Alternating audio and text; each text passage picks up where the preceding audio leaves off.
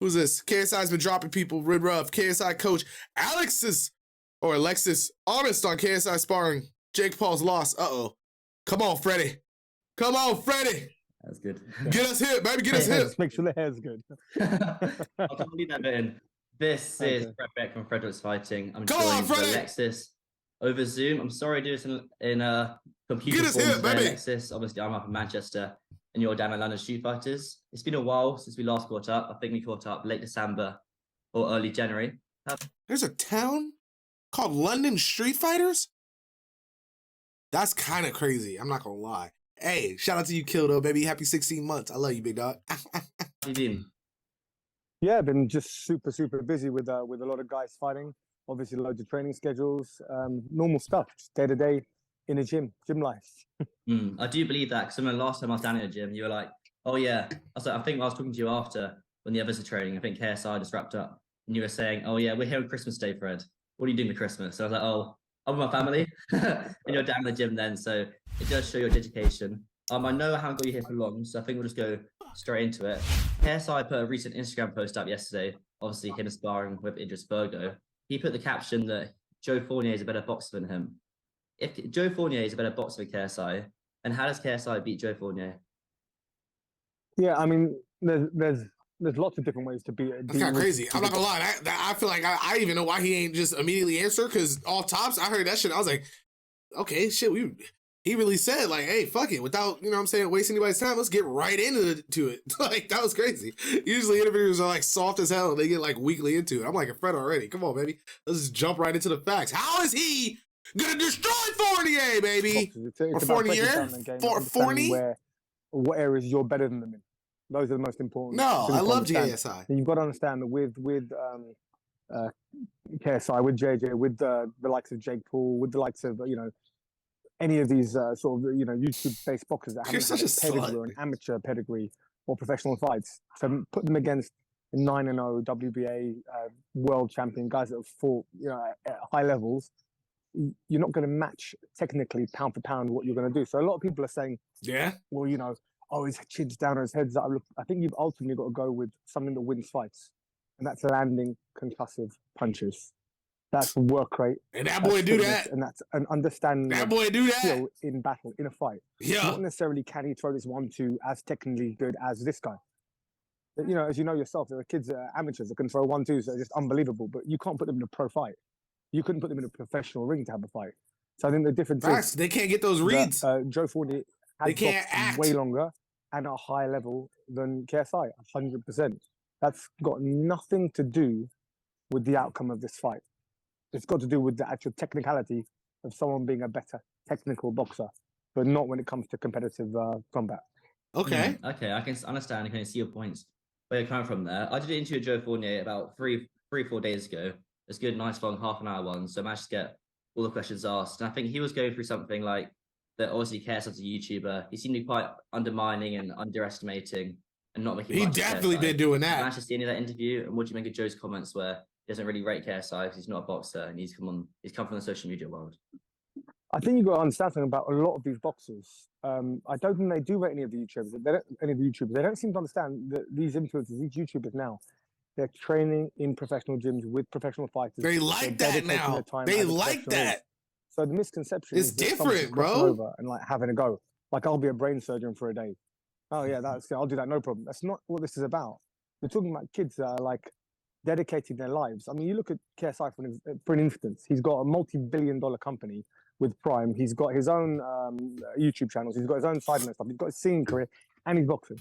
They got a lot more on the line. Epic to do this and to do it at the level that he wants to do it at. So there's a lot more on the mental, baby. The flip side of the coin is that level of easiness and comfortability that Joe thinks KSI's got, he hasn't. He's in a gym where he's in the trenches, learning as he's going. Because we can't go back to the scratch where we're starting to throw 1-2 in the same spot and learn how to bounce and learn how to, but we're actually learning on the job. We have to learn, and then we have a date for a fight. So from a coaching perspective, I get the call for a fight on a certain date. I get the opponent. Obviously, we have something to do with it, but ultimately, it's given to us. And then we reverse engineer that fight from the fight date to our training program, so we can get somebody in the ring and peak and fight at that day and at that night. Come So it's on. very different. So Joe thinks I think the misconception is you want to undermine a kid that's pretty much done everything he's going to do. You're going to count a kid out who's won at everything he's ever done in his life because he's dedicated and trained hard. You'd be stupid to bank on KSI not training. You'd be stupid to bank on us not putting all the rounds in the bank. And you can see it, bro. Homies put that shit out for you to see. Like, the fact that people wouldn't even look at him and think that he's bullshitting is crazy. Look how far he's come, bro. Look at the shape he's got himself into. Look at the fights and the spars that he is taking on. Like, just look at the work, bro. Look at the work. I think a lot of people aren't looking at that, bro. Look at Fournier, bro. Come on, man. Come on, man. We ain't got to talk about his fake sparring footage. Bank, as it were. You would be stupid to think that you're going to win just on sheer. You've been doing it longer. It's a silly place to put a bet. Very silly. I saw a video that kind of relates to Joe's comments. It's from the boxer Jesse Vargas, the former world champion. He fought Liam Smith quite recently. He was on the Katie Taylor, Amanda Serrano undercard back in August of last year, I think it was. I think Mammoth commented under it on Twitter, and Jesse was kind of dismissing all the YouTubers when I don't think they understand. I think it's a common thing that goes around in kind of the pro scenes. I'm not sure if it's some sort of jealousy or the money these guys are making and bringing in. But it's very dismissive. I definitely would say it's probably that. It'll be more kind of brought in, the YouTube boxing be more relevant, or do you think all the hardcore kind of fans of boxers be always very dismissive of it? They ain't gonna have a choice. Hardcore fans, they're misunderstanding this. Damn, I like this nigga Fred, bro. This nigga give me hype. You see how I'm like, yeah, I be wanting to answer all the fucking questions too. Come on, Fred, talk to me, Nick. Talk to me, good. The difference is these guys are crossing over. Only the highest level of them are crossing over. You're not getting, the guys that aren't good enough to cross over. You understand? Well, you're getting the guys at the top end of the food chain that are crossing over, and they're in close fights, like losing on split decisions and going rounds. And we're not talking about it's these are landslide victories for the pros. Facts. I think what the say problem no is bullshit. Are upset that the amount of eyes that are going there, the attention, the money, everything, the sponsorship, everything that's going with the YouTube boxing. Obviously, they're getting upset that they dedicate their lives and they've got all the hard work. I don't think they're understanding that Jake Paul, KSI, so everyone's dedicated their lives to getting a fan base online. And then they're carrying that fan base with them and crossing over to doing singing, to doing products, to doing boxing, as an example. So that fan base is hugely worked on.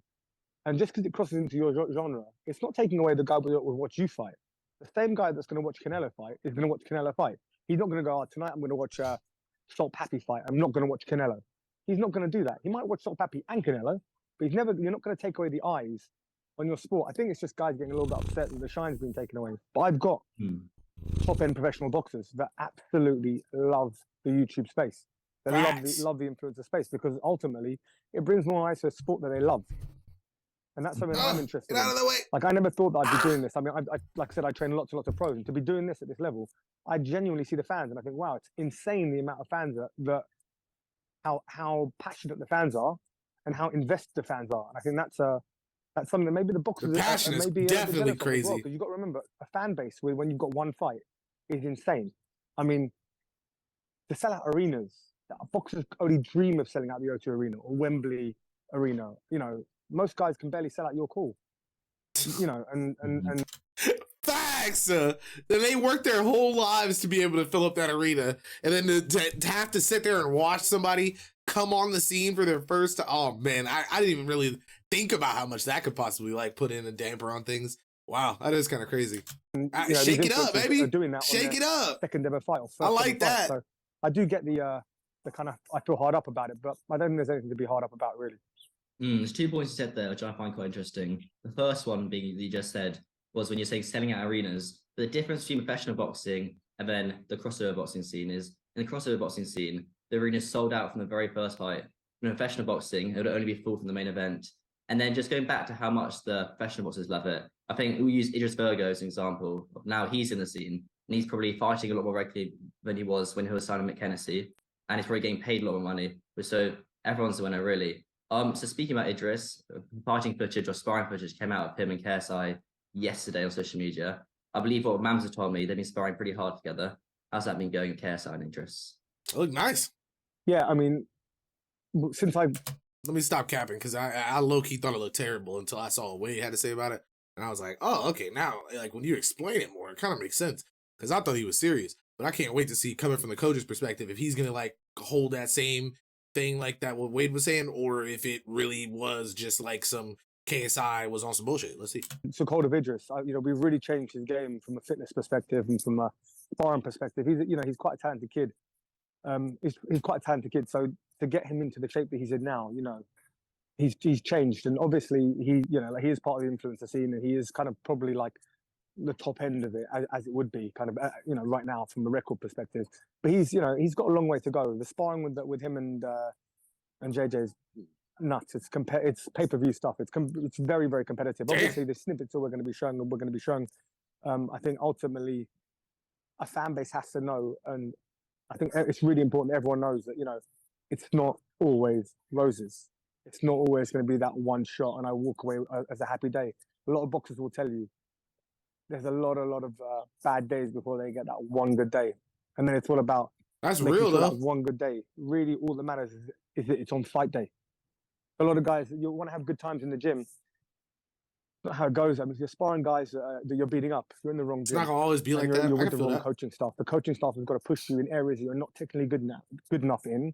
They've got to put you in positions that you're not technically good enough in, and they've got to get to a place where you're not cardiovascularly good enough, to think about what you're doing. And we've got to see that instinct, and we've got to train that instinct. If your instinct is to duck your head and drop your hand and throw, we've got to train that out of you. If your instinct is to cover up, if your instinct is to step back, we've got to figure out what that is. But the only way to really figure out somebody is to put them in the fire and see how they react. Because it's all good and well, me taking you on the pads and you looking $1 million. But when the shit hits the fan and it's going off, how are you going to react? And if we don't have that acid test in the gym 100 times and make sure you have the right reaction, then it won't happen. So I think the footage that came out. It sounds like somebody that's getting ready for like a war scene or something, like or like a like military combat. Bro, it's like, hey man, I gotta make sure that when the bombs start dropping, you know what I'm saying, you gonna return some shit. That's dope. I like this. I like how he talks, bro. I ain't never really heard him talk before. Kids are trying to learn. I like how he presents himself. And, in that they're getting fitness out of it. In that they're making. It's like KSI is really good at finding these like action figure-y characters just like him, like who are really into like that. I don't know, just like, I don't know. It's crazy how everybody has like that same mindset. Making wrong decisions or right decisions. The coaches can only really coach somebody when they make a bad decision. But see a guy do really well and win, which I've got loads of kids that just box fantastically well and are great. That's all fair and well, but we kind of want the spars that show the other thing, right? We want the spars that show them in a bad place, not doing the right thing, getting exposed, showing their faults. So I think it's quite a humble thing that fact that JJ posted. I think it's a bit of an eye opener, and he's understanding. He's letting everyone know that it's not, it ain't all roses. You should probably film most of I guess you do probably film most of the spars. And when his boxing career is all said and done, which hopefully doesn't happen for a very long time, you could be able to release those in some sort of maybe another documentary, or just release them on Instagram or social media, and you can prove, hang a sec, this is the work I was putting in, guys. Now we can finally show you. 100%. Yeah, we have all the. That'd be hella dope to see. That would be hella dope. It's the progression has to be from a coaching perspective. There has to be that progression with the different bodies that are in front of you. You've got to give someone a different look to get a different look back. But yeah, I mean, there's a lot of interesting things on those tapes that you guys would love. I remember, this brings back to a point. I remember when I studied PE in GCSE when I was back in year 11. I did just pass it. It was quite difficult. And there's a coaching, I can't remember the name off the top of my head. There's a coaching method where you watch back videos, you watch back training footage and some photos, and you see how to improve from there. Is that one of the coaching methods you use to watch back video? If I'm honest with you, I've got photographic memory. I'm sort of blessed with it. I don't need to do that. I can rewatch absolutely the whole fight in my head. I can rewatch whole fights. It's something that I'm very good at. But I think the most important thing is, as a coach, I could tell you what to do, and you would listen, or you might not. It might not sink in. But if I showed you what you were doing wrong, if I showed you would change immediately. The difference is you seeing you and us telling you, oh look, your chin, oh your hand, oh your foot, look at that, look at that. That's the difference. Us pointing out and you seeing it is a visual tell for you. And that actually helps the fighter a lot more than a coach just shouting, do this or do that. I can see that. So we use them as visual tells for the fighters, not necessarily. I can definitely see that. All right, next time we come down to a gym, we'll see about this photographic memory. Because I've never met someone who's actually got one, so I want to see what you got there.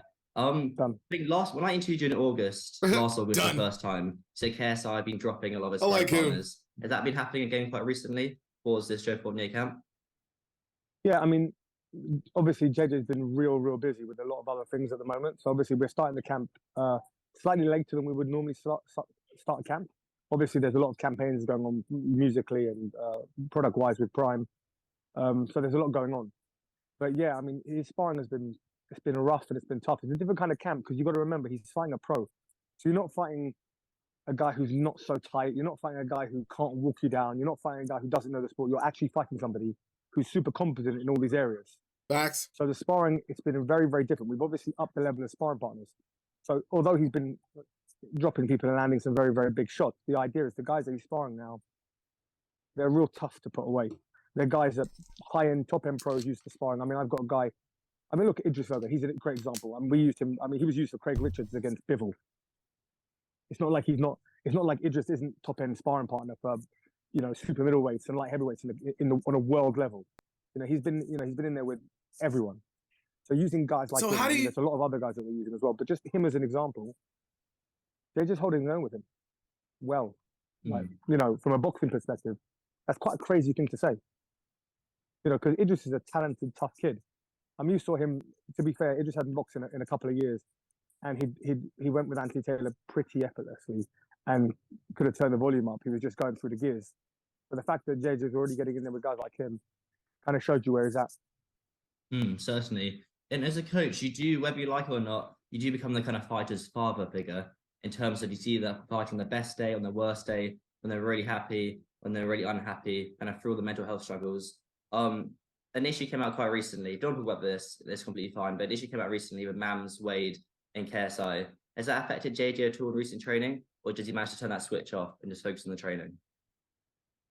Yeah, look, everything in your day-to-day life, as you know, when you get into the gym, it can affect you.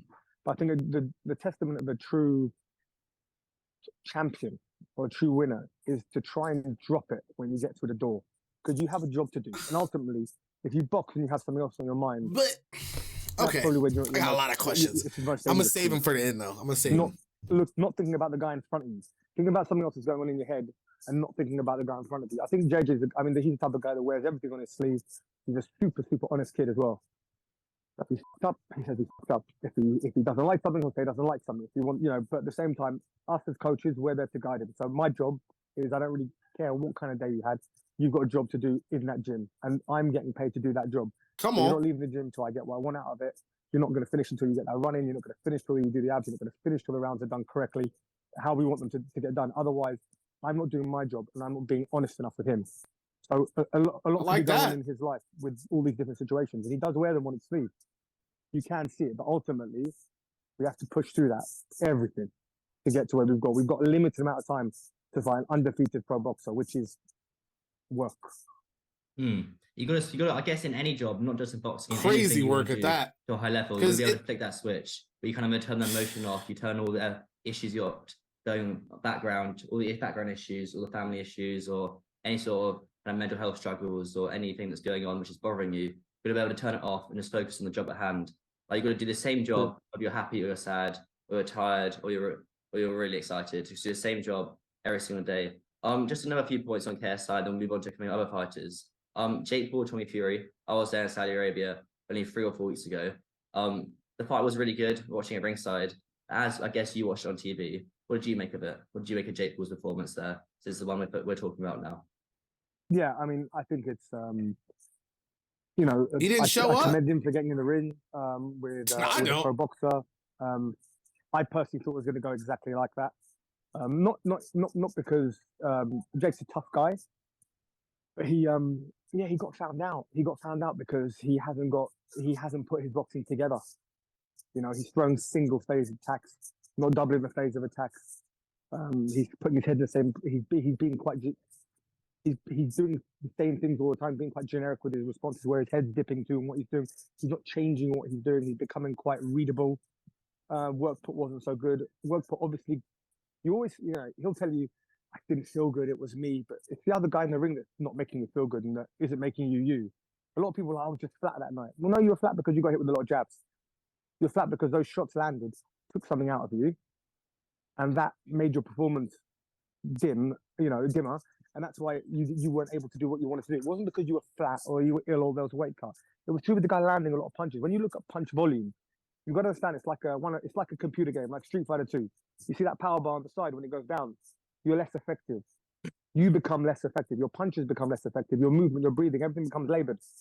And I think that's what we saw. We saw him just get landed on way a less. little bit too early. Okay. And he wasn't able to express himself and be himself because he just got landed on too often.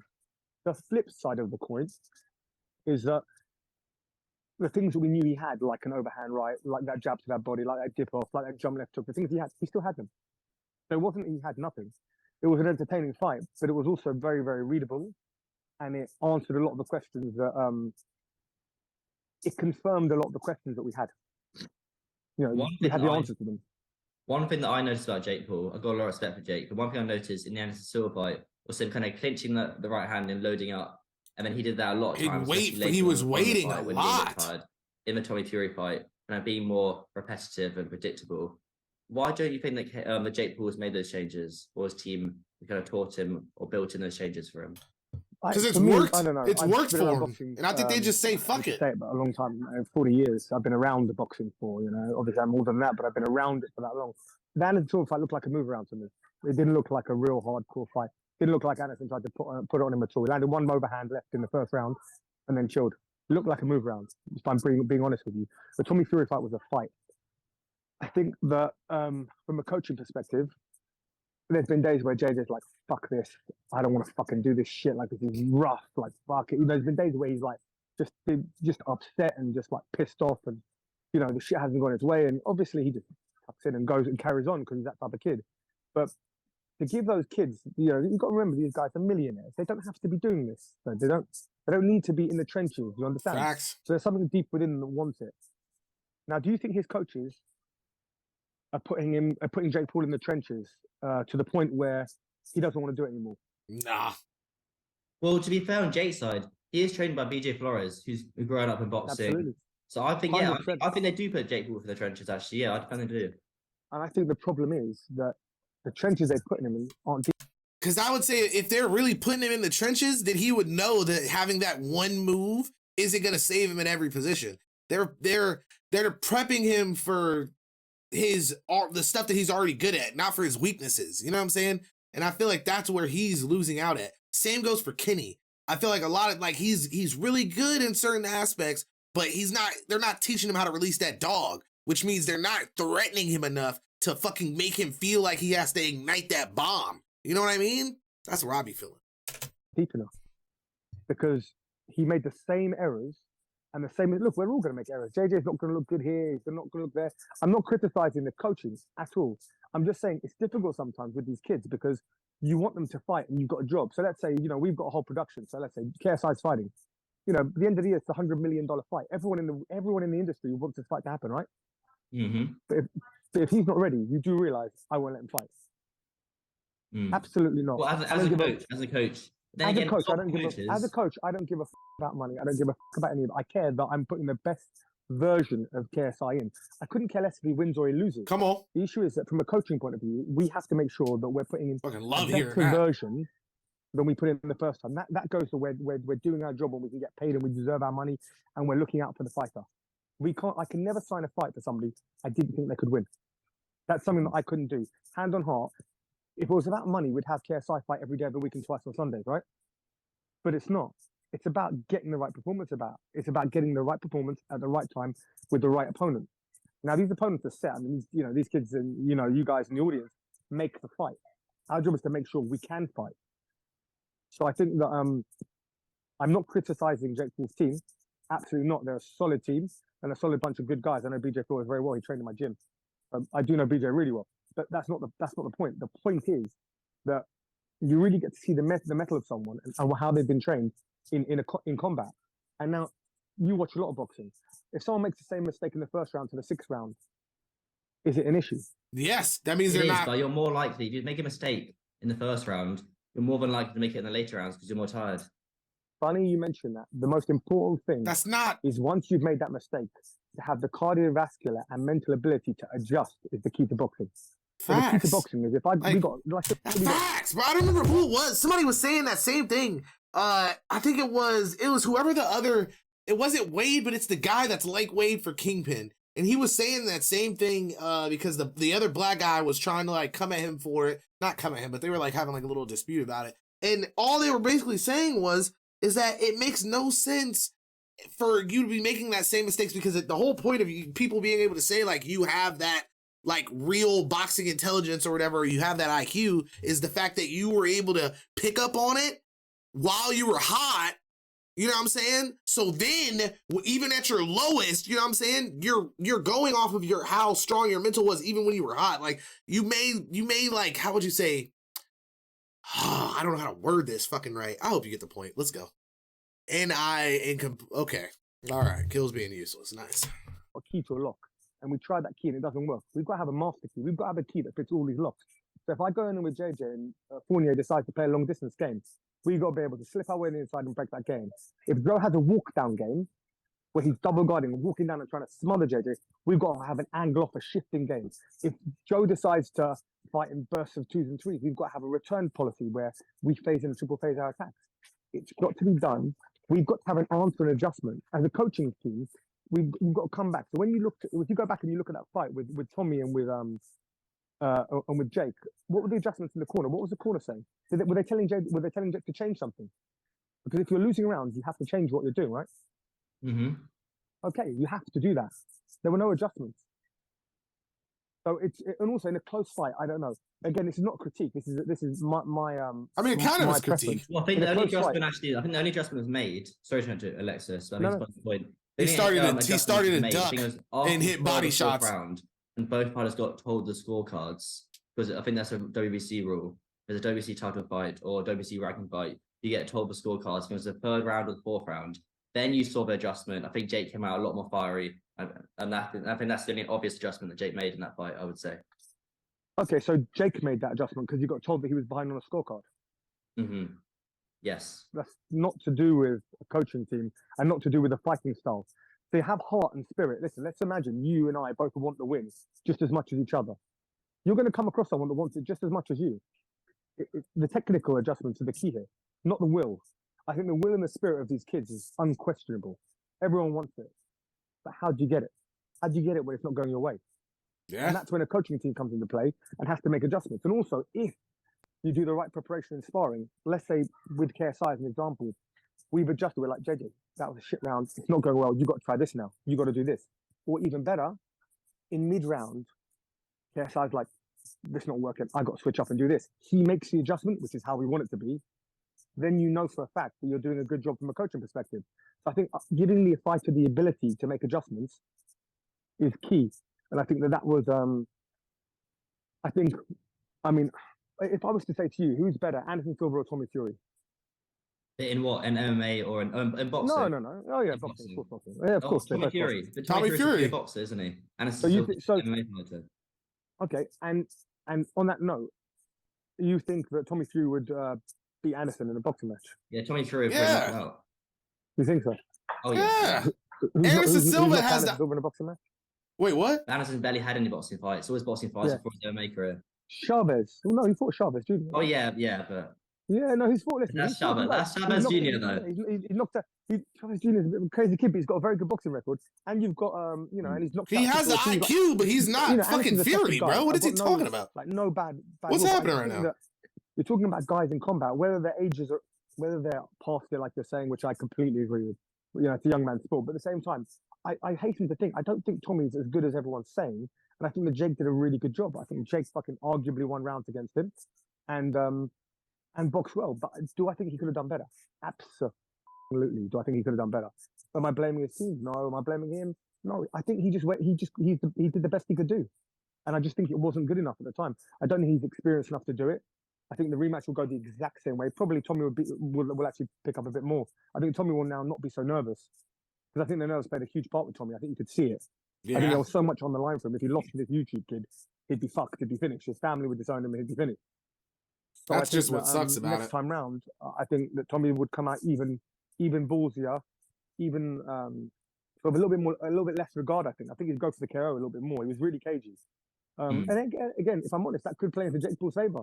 You know, the second that guy comes a bit closer to you, maybe that big bomb overhand right's going to be there. You know, but I would put my money on Jake winning again.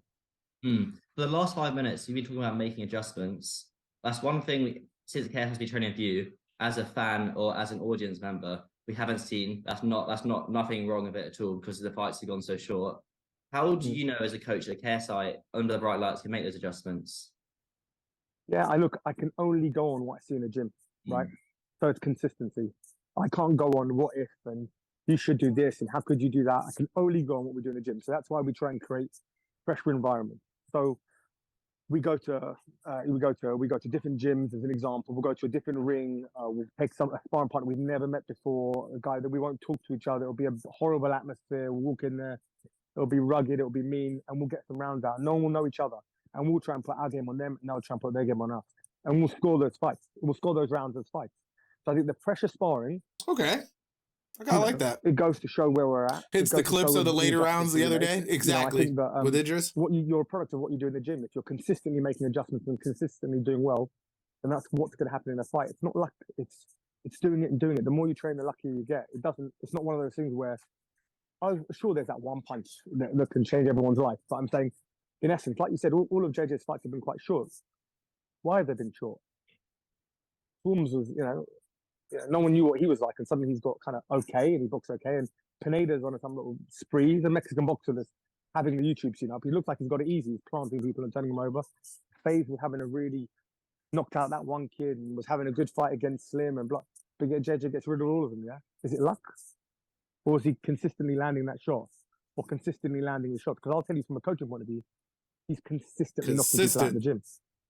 So for him to do it in the ring, it's absolutely no surprise to me. I expect that to happen because he's landing them in training. So, and we're landing in 20. We've got 20-ounce gloves on. Something, yeah. I mean, he's hitting people in 20s, and you're sparring in 20-ounce gloves. Yeah, we have sparring. Wow, yeah. That's heavy. I heard I've been around a lot of coaches. I've never heard a gym that spars in 20-ounce gloves. Yeah, I mean, look, you got to remember a lot of the guys. Sometimes they're punching real hard and they can hurt their hands. They're double wrapping. A lot of the time for us, if we're doing a lot of rounds. So as an example, with this camp, we need a lot of rounds. So if you're sparring in 10s or 12s, you're gonna have a broken nose and a cut and a bruise. You won't be able to do 6-7 rounds a week without getting a headache. Whereas makes sense though. In 16s or you're sparring in 20s, it's more protection, but also you get more. You end up building up a lot more endurance. You end up building up a lot more endurance. I could see that actually being really nice for you, to be honest. Oh, nice! I lost again. I hate this game. Get some good quality rounds in with bigger gloves and headgear, and then obviously you start tapering down so that your speed comes up, your power stays because you're getting rid of those big pillows on your hands, and then you're tightening up so your guards, you're wearing the shot differently with your guard. So it's not such a big defensive line. You start making those adjustments. But yeah, I mean, we would always start the camp like that. Certainly. We go about half an hour here. I didn't expect to be talking to you for this long, but it is always good to catch up with you. Just one more point, actually. Come on. To do Michael Venom Page and Mike Perry. They thought, obviously, Michael lost to Mike Perry in the bare knuckle UFC. Do you think we see a boxing rematch of that on Misfits? Yeah, I'd love to. I mean, I hated to say we scored. I mean, anyone could score that fight. I absolutely didn't give it to Mike Perry. I scored it to Page without. I'm just going for judge's decision. No, of course. No, I just put it out there. But yeah, no, I would love to have a rematch. In fact, I'd love to have the rematch from Misfits to be amazing. I'd love to have it in bare knuckle FC again as well. That's something that we'd look in bare knuckle again because I think it was such a fun event. The show was insane. Bare knuckle is crazy. I still don't understand how people do that shit. Kind of what we grew up on as kids. So it's fantastic. But yeah, I think Misfits has got some real exciting things coming up from a boxing perspective. With some really exciting names and some really exciting events and formats because they are bad, which haven't been seen before. So I think that's going to be it's going to be a good ride for these kids. Yeah, Mams has definitely got a few things up his sleeve. I do always give credit to Mams. He's always one step ahead of everyone else. If you thought of it, Mams has already tried it and tried it out and talked to you about it. But I do appreciate you calling Alexis. You got anything else you want to add before I see you on Fight Week? No, nothing at all. Just want to make sure that all the kids that are watching, the big KSI fans, understand that he's working his arse off, and the footage that you've seen is a regular thing. And just if everyone gets in and supports him as they do, I think you're going to get the best performance out of him. Come on, certainly, Alexis. I do want to give you credit because earlier in the interview you were saying that it doesn't matter how much money is involved in KSI. And you were saying that I think that's the reason why KSI pitches as coach, because a lot of boxing, I won't mention any names, but I know a lot of boxing coaches and MMA coaches that would be having him fight like once a month or every 2 months, making as much money as possible, even if they weren't ready, weren't being honest with him. And you can clearly see it from the training footage, what KSI'S individually told me about you. And I think there's one footage came out, it was a Christmas time, where he was saying, I effing hate you. I just like how he I holds don't want to do himself, this anymore. man. I hate you. And then you're still putting it on him. Sounds like he So I think that's one actually of the reasons cares, why man. He has got you as boxing coach. And I think that's one of the reasons why you don't get the credit you deserve from the media. Look, I appreciate that, but I mean, the only credit that I want is I want my guys to win. You know, I want them to be healthy. The most important thing is their health, and wealth directly follows that for them. You know, and I think that if any coach, and this is a shout out to every coach. I don't know who does it, but we definitely do it in our gym. We don't get paid unless he wins. I was going to bring that up, but I didn't know if you wanted that to be known. No, it's one of those things. Look, obviously there are different fighters with different formats, and it's not how we always roll. But all the guys in our gym will tell you the same thing. You know, why would we want to profit from a losing situation? When you win, we win. So with JJ, I ain't never heard nothing like that. With with guys like David Hay and all these guys are fighting Fast and Furious, and they're huge money camps. These are huge fights. Lots of money is spent on these camps, and I think that from a coaching team, would I bet money on the result? Absolutely. I'd gladly go in the poorhouse because my fighter's putting his life on the line. People forget. You think, oh, it's just influencer boxing. Listen, Faze Templar has to have a CAT scan after that shot. Yeah, he's not allowed to box for another 90 days, no contact. You've got to have a head scan. When you look at these guys that get knocked out, it's not a nice thing, and it can forever change you. So I take that absolutely deadly serious. And I want to look after everyone, but I also know that, you know, we're in the fight business, and that's the hurt business. So I'll definitely put my money where my mouth is. And, you know, betting, yeah, sure, no problem. I've got no problem betting with anyone, whatever it takes, because I think ultimately, if you're not confident as a coach to put your money where your mouth is, then don't put your fighter in the ring. I think that's a fair statement to make. You know, if anyone disagrees with that, I don't think that their heart's in it. No. Hey, I like that. Homie basically saying, hey, listen, if you ain't winning, don't take no money.